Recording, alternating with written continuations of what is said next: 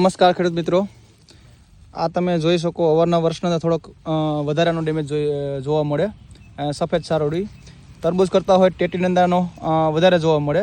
આના અંદર ખેડૂત મિત્રો બહુ મૂંઘાપાડા ટેકનિકલ અંદર વયા જાય છે ને ખોટા ખર્ચા કરે છે.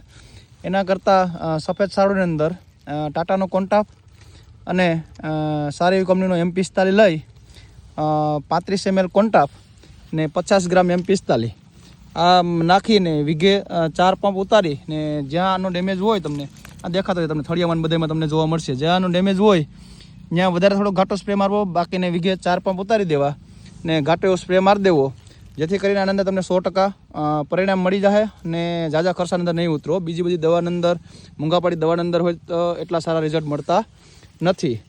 તો આ વસ્તુનો ઉપયોગ કરો જેથી કરીને ખોટા ખેડૂત મિત્રો લાંબા ખર્ચાની અંદર ન ઉતરે. તમે જોઈ શકો આ થળિયાની અંદર હોય સફેદ સારોડી આવી ગઈ. આ વર્ષે થોડોક વરસાદ થઈ ગયો ને રાતે ઠંડી ને દિવસના ગરમીને લીધે થોડોક આ વહેલો બગડવાનો પ્રશ્ન વધારે છે. ટેટીની અંદર વધારે જોવા મળે ને સફેદ સારોડી આવવાથી ને સફેદ સારોડી અથવા તમારે પાવડર મિલ્યો કહી શકો આવવાથી ને વહેલો બગડવાનો પ્રશ્ન રહે. પ્લસની અંદર પાછળથી ડાઉની મિલ્યો હોય તો આના અંદર તમને જોવા મળશે પાન પીરું થઈ જાય ને પછી ડાઉની મિલ્યો હોય દેખાશે. એટલે આનું એક ખાસ ધ્યાન રાખે ને ખાસ આના અંદર છંટકાવ કરી લે.